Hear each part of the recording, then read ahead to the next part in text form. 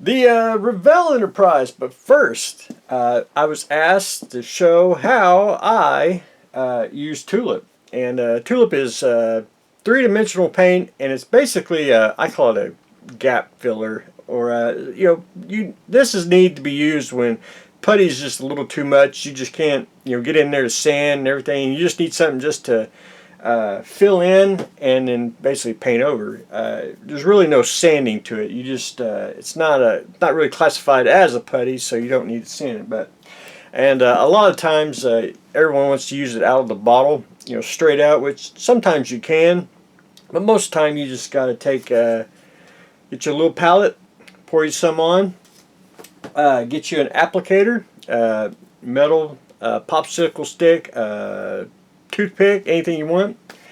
For the part, say you got a little gap or a little indentation that you need to fill, and you got everything, somewhat painted and assembled, but you don't want to, slap some putty on here and try to sand it all down. It's almost impossible. So what you do is you take a little applicator. So you want to fill in this little indentation right here, and you just want to put that in. Like so. You don't need to get a whole lot on there. Fill it in. You can also take your finger with the wet, and basically you just want to fill it in like so, and it'll dry. It may sink in a little bit. All you gotta do is just put a little bit more on top. You're just basically filling it in.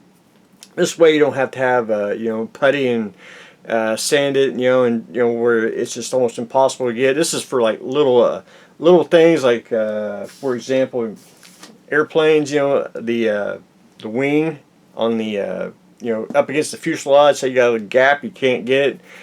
Do a little bit of tulip on there into the gap wing, and just have a nice smooth surface.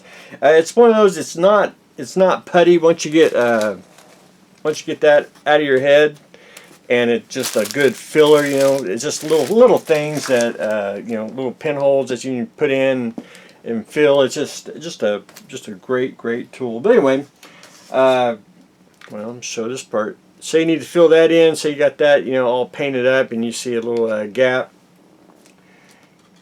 Take you a little bit of tulip, put in like so.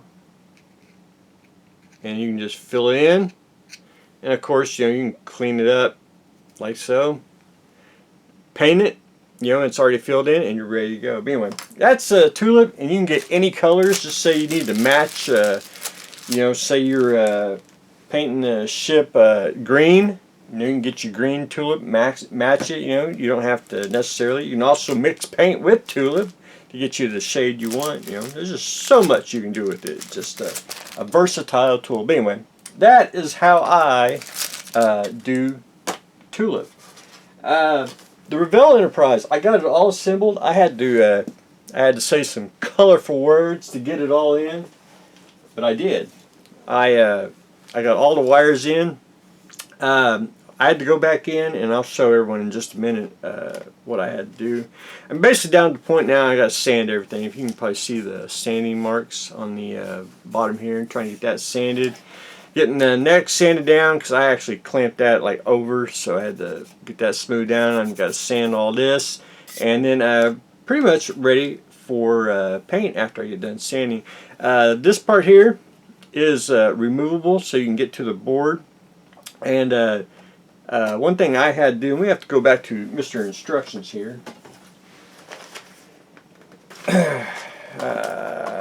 Where is it?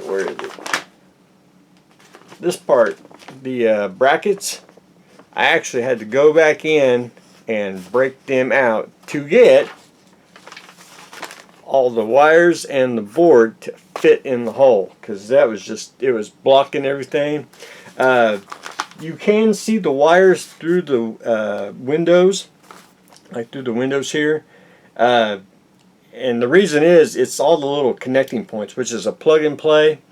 If it didn't have none of that, you could have ran you a little tube, shoved all the wires through it, and just made it much more nicer. But it is what it is. But that's the plug and play thing is the only thing that really hampers I thought a little bit of the easiness of putting lights in it. But anyway, I'll try to show everyone. You may not be able to hear it because I ain't got the microphone on, but Space, the final frontier.